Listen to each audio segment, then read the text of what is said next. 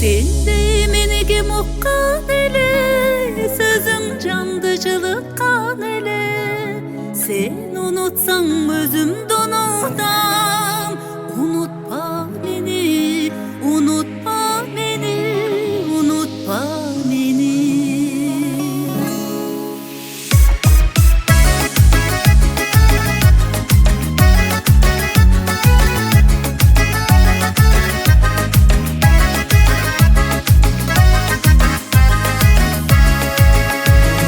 Bize köbüz koştoşobuz bu, sağınışka dosttoşobuz bu.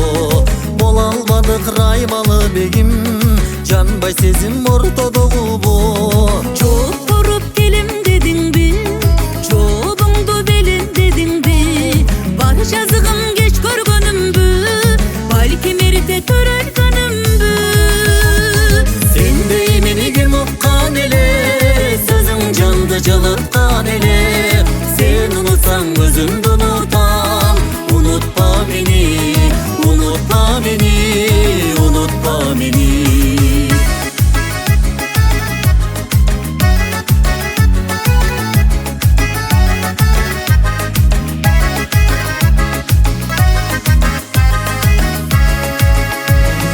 Sen unutsan ben de unutam, sezimimdi senden soğutam. İzlere ginemi özümdü, gündüz gülgön günden buluttan. Öldün içi sözüm var ele, örük sımal sözüm var ele. Özüm demez sağındım ergem, gözümde gözümde ademi.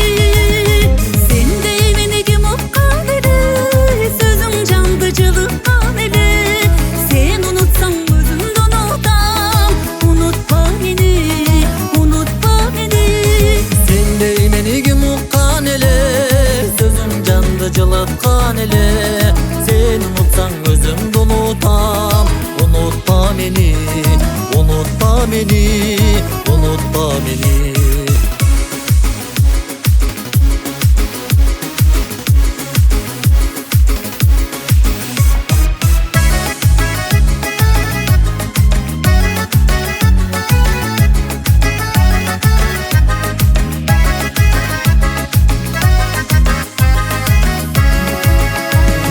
Sen de menige muhkan ele, sözüm candıcılıkkan ele.